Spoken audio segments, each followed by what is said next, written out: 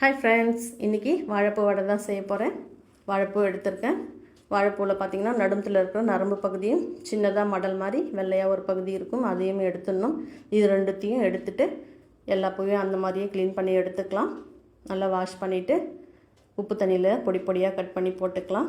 உப்பு தண்ணியில் போடுறதுனால கருத்து போகாது, அதனால் உப்பு தண்ணியில் போட்டுக்கலாம். 3 வெங்காயம் எடுத்திருக்கேன். தேவையான கருவேப்பிலை எடுத்திருக்கேன். கடலைப்பருப்பு 1.5 மணி நேரம் ஊற வச்சு தண்ணி வடித்து வச்சுருக்கேன். 3 வரமிளகாய், சோம்பு தேவையான அளவு எடுத்திருக்கேன். 8 பல் பூண்டு தோலோடு தான் கழுவிட்டு வச்சுருக்கேன். இப்போ பூவெல்லாம் க்ளீன் பண்ணிவிட்டு வாஷ் பண்ணி பொடி பொடியாக கட் பண்ணி உப்பு தண்ணியில் போட்டுக்கிறேன். வெங்காயமும் பொடியாக கட் பண்ணிக்கிறேன். இப்போ பருப்பு அரைச்சிக்கலாம். பருப்பு தண்ணி இல்லாமல் கொரகொரப்பாக அரைச்சி எடுத்துக்கணும். தேவையான உப்பு சேர்த்துக்கலாம். இப்போ கொரகொரப்பாக அரைச்சி எடுத்துகிட்டு வந்துட்டேன். பொடியாக கட் பண்ண வெங்காயம், வாழைப்பூ, பொடியாக கட் பண்ண கருவேப்பிலை சேர்த்துருக்கேன். உங்களுக்கு காரம் அதிகம் வேணும்னா இந்த டைமில் பச்சை மிளகாயை பொடி பொடியாக கட் பண்ணி மாவோடு சேர்த்துக்கோங்க. இப்போ அடுப்பில் கடாய் வச்சு எண்ணெய் ஊற்றிக்கிறேன். எண்ணெய் நல்லா காஞ்சதும் வடை தட்டி போட்டுக்கலாம். ஆரம்பத்தில் நல்லா ஃப்ளேம் அதிகமாக வச்சு அப்புறம் மீடியம் ஃப்ளேமில் வச்சுக்கலாம்.